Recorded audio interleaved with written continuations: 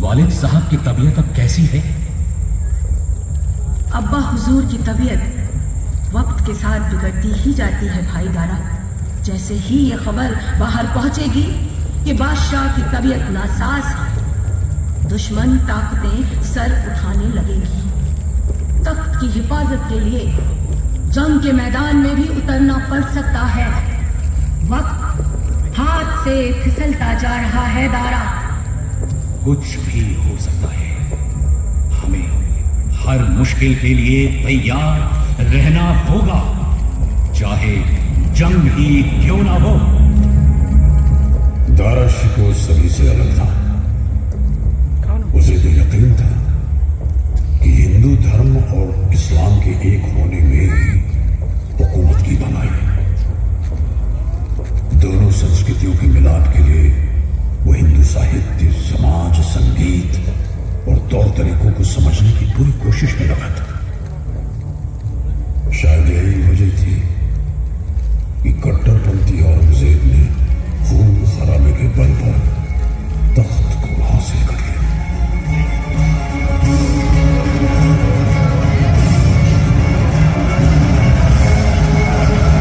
हिंदुस्तान के तख्त को जीतने के बाद औरंगजेब ने दारा शिकोह का सर कलम कर उसे सुनहरी पगड़ी में लपेटकर अपने अब्बा हुजूर को तोहफे की शक्ल में भेज दिया।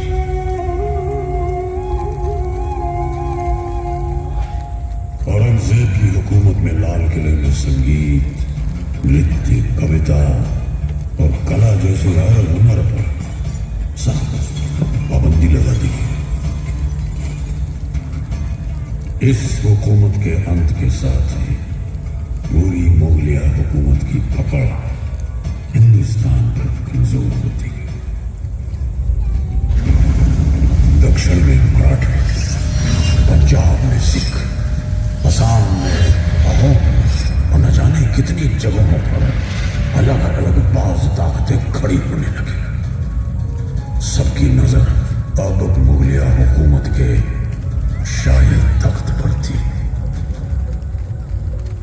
जहां एक तरफ खतरा फिर दिल्ली की सरहदों पर दस्तक देने लगा था, वहीं दूसरी तरफ सल्तनत पर राज कर रहे मोहम्मद शाह रंगीला ने उसे पूरी तरह अय्याशी में डुबो दिया था।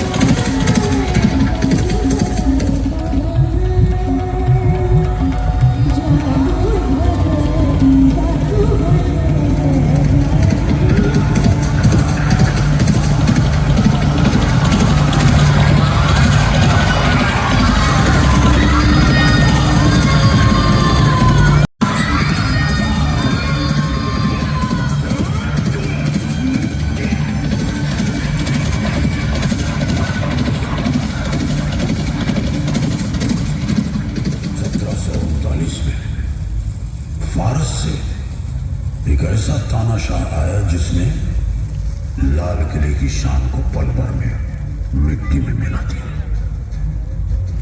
वो तानाशाह था नादिर। उसने दिल्ली की इज्जत को तार तार कर देने के बाद रंगीला को अपना बंदी बना लिया। मैं हूं नादिर शाह अफसार। लोग कहते हैं मुझे नादिर कुली बेग, फारस की तलवार।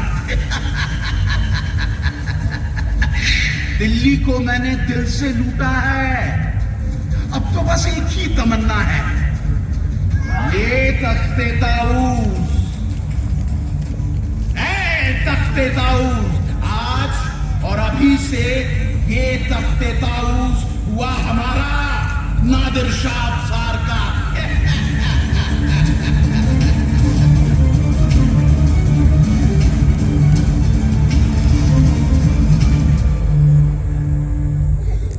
कहते हैं दिल्ली की लूट को नादिर शाह 700 हाथी, 400 ऊंटों और 12,000 घोड़ों पर लाद कर फारस ले गया था। इसी लूट में शामिल था मुगलों का मशहूर तख्त ताऊस। कई कीमती रत्नों से बना ये तख्त कभी मुगल सल्तनत की शान की निशानी हुआ करता था।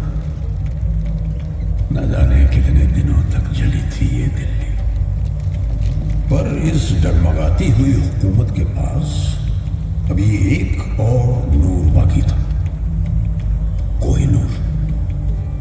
वही कोहिनूर जो आज ब्रिटेन में मौजूद है। उस जमाने में कोहिनूर का वजूद महज एक अफवाह थी। अब कैसे न होती। रंगीला ने उसे अपनी पगड़ी की वटों में जो छुपा कर रखा था। किसी को नहीं मालूम था कि वह कीमती हीरा इसके पास है। सिर्फ एक नूरबाई ही थी जिससे रंगीला का ये राज छुप नहीं पाया था। बदकिस्मती से नूरबाई का रंगीला के अलावा एक और यार था, नादिर शाह। और उसने ये राज नादिर को बता दिया। अब नादिर की नजर कोहिनूर पर थी।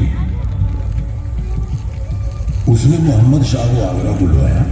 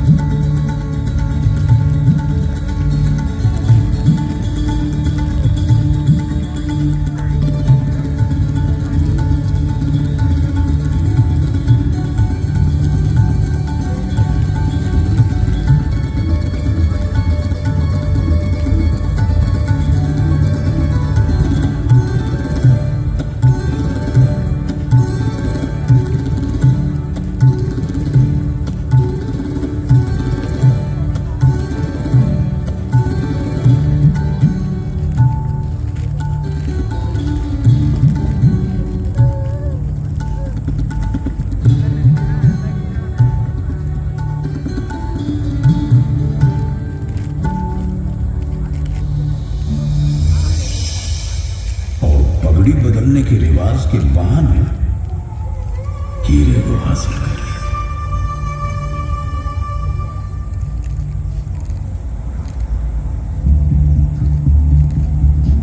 खौफनाक हमलों, लूटपाट और लंबे संघर्ष के बाद कभी शान से खड़ा ये लाल किला अब खोखला हो गया था। 18वीं सदी में मुगल बिखरने लगे थे और सल्तनत कमजोर पड़ती जा रही थी। अफगान के बादशाह अहमद शाह अब्दाली के लगातार हिंदुस्तान पर कई खौफनाक हमले किए और आखिरकार सन 1757 में वो दिल्ली की सरहदों तक पहुंच गए।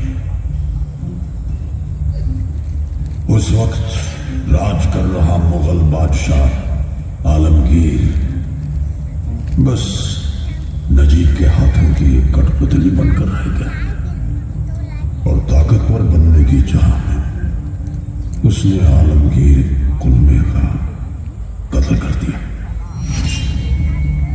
वो कहां जानता था कि उसकी इस हरकत का जवाब मुगल मराठों के साथ मिलकर देंगे।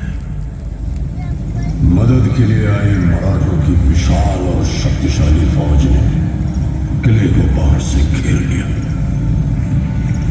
अब नजीब या तो मराठों की हर शर्त मान ले या फिर मरने के लिए तैयार हो जाए।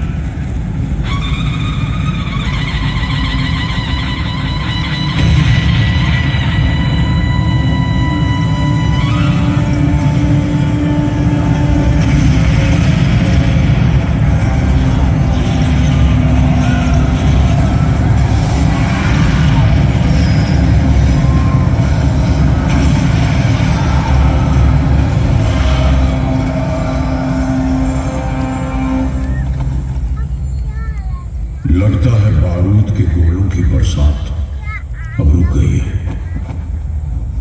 शायद नजीब ने मराठों की सही शर्तें मंजूर कर ली।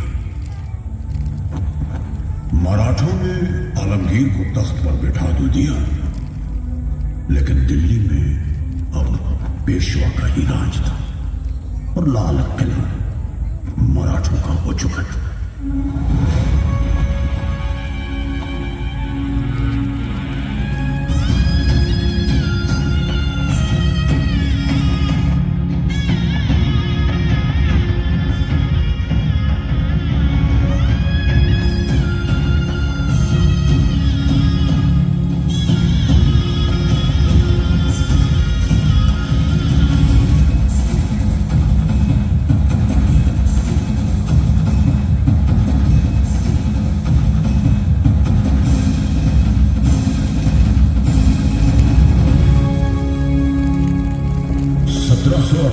से लेकर लगभग 20 सालों तक मराठे दिल्ली में मौजूद रहे, लेकिन किस्मत ने एक बार फिर पासा फेंका और वो भी अपनी हुकूमत दिल्ली में ज्यादा दिन नहीं चला पाए। सुनाई दे रहा वही भारत के इतिहास में बसी एक दर्दनाक याद को जन्म देने वाली ब्रिटेन से आई ईस्ट इंडिया कंपनी। और ईंट का जवाब पत्थर से देने वाले भारतीय कहां चुप बैठने वाले थे। जगह जगह विद्रोह की आग भड़कने लगी।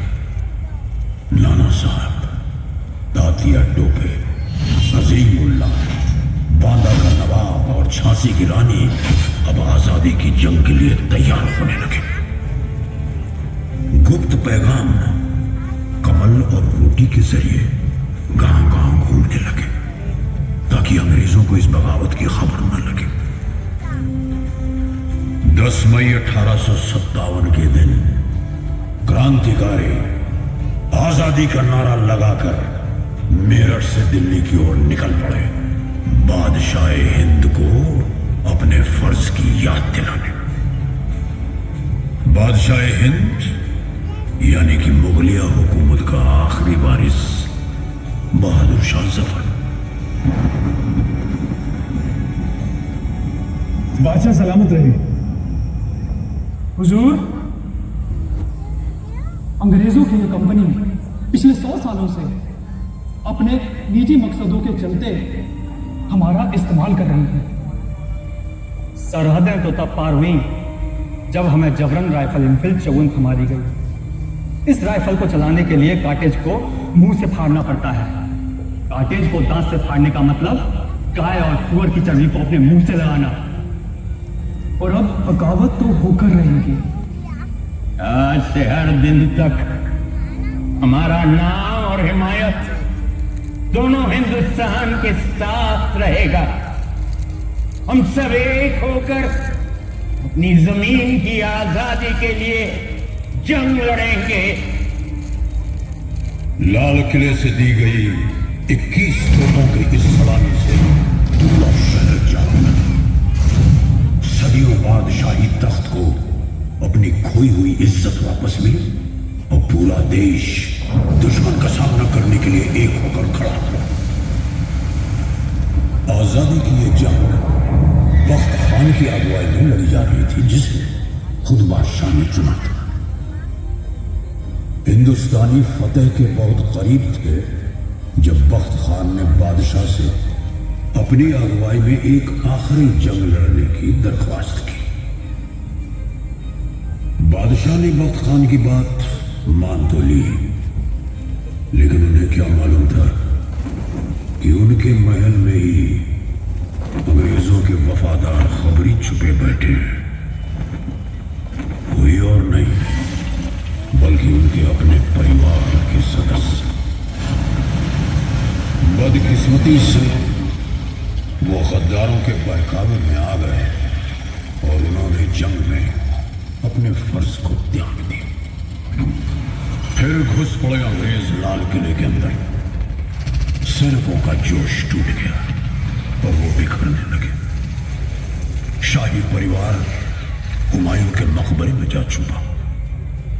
उन्हीं के बीच छुपे हुए गद्दारों ने बादशाह से आत्मसमर्पण करवा दिया और अंग्रेजों ने मौका मिलते ही लाल किले पर कब्जा कर लिया। दिल्ली में लूट के नजारे थे और अंग्रेज अफसर हॉटसन को अपने कातिलाना इरादों को अंजाम देने का मौका मिल गया था। Major William Hotson, East India Company ने उसे इस बगावत को रोकने और राजद्रोहियों के मन में डर पैदा करने के लिए खास ब्रिटेन से बुलवाया। This is Brevet Major Hobson, and I never let my men take any prisoners, but shoot them at once. Fire!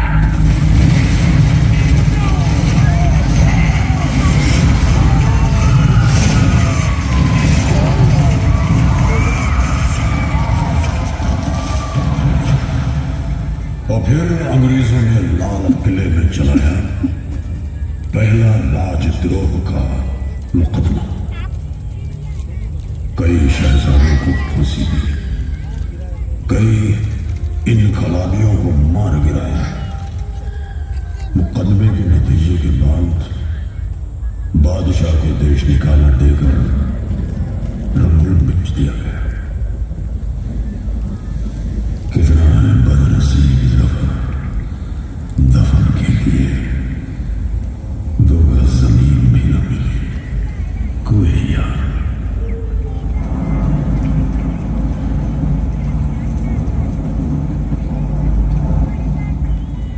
अब लाल किले पर अंग्रेजों का कब्जा था।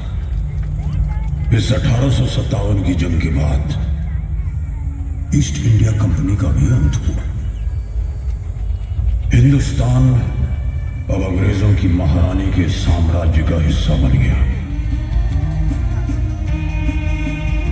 अंग्रेजों ने लाल किले में बने महलों के शाही खजाने को लूट लिया, बेआबरू कर दिया इसे, जैसे किसी जीते जागते इंसान के अंदर से रूह खींच ली हो।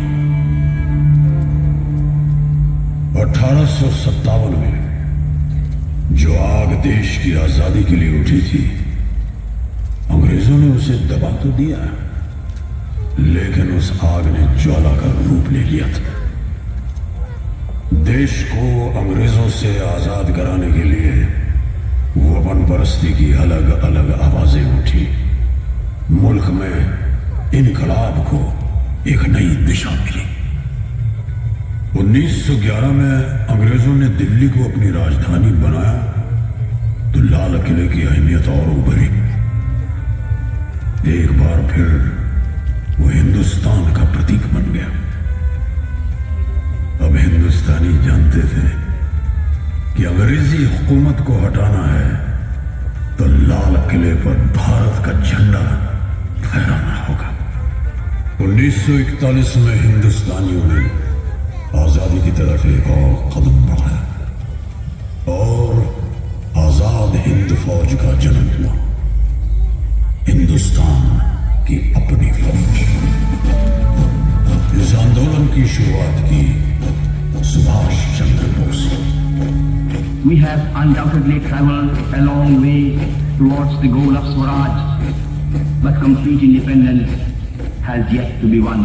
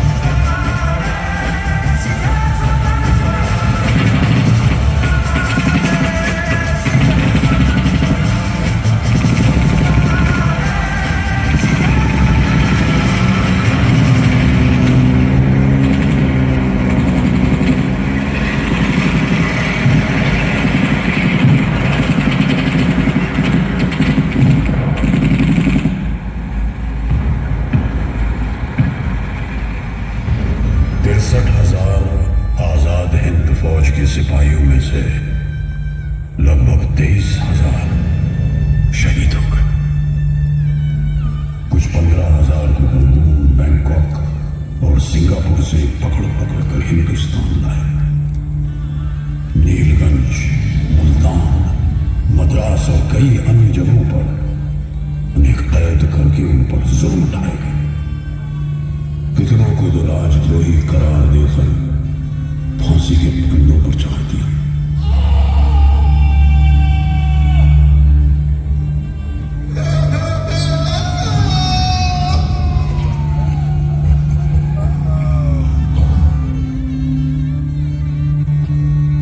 या फिर घटना स्थल पर ही गोली मार दी। यहां बराबर में बसे सलीमगढ़ के किले में हुए जुल्म यहां के इतिहास का एक दर्दनाक हिस्सा है। नवंबर 1945 में आजाद हिंद फौज पर पहला मुकदमा इसी लाल किले में चलाया गया।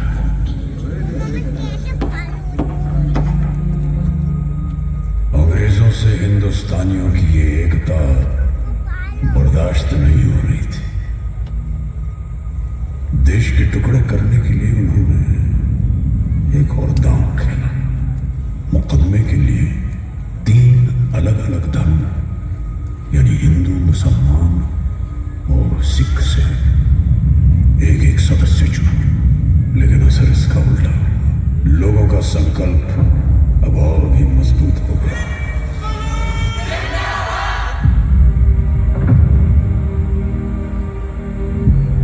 पूरा देश इन तीनों जवानों के हक में उठ खड़ा हुआ।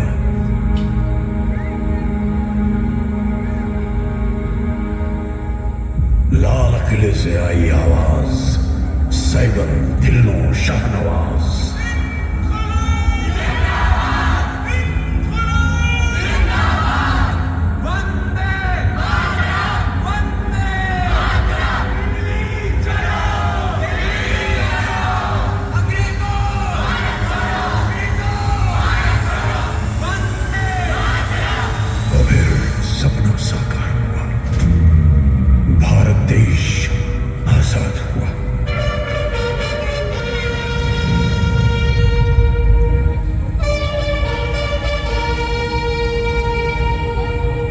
आजादी का तिरंगा बड़ी शान से लहराया गया इस किले पर, इस लाल किले पर।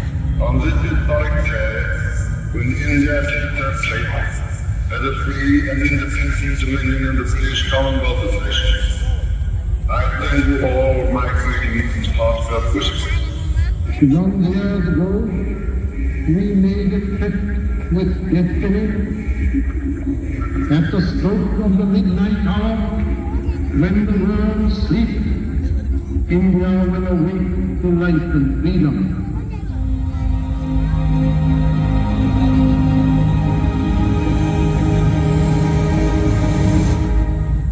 इस अमृतकाल में एक एक दिन, समय का प्रत्येक क्षण, जीवन का प्रत्येक कण मातृभूमि के लिए जीना, तभी 75 साल तक देश को यहां तक पहुंचाने में जिन जिन लोगों ने योगदान किया, उनका पुण्य स्मरण हमें काम आएगा। जय हिंद।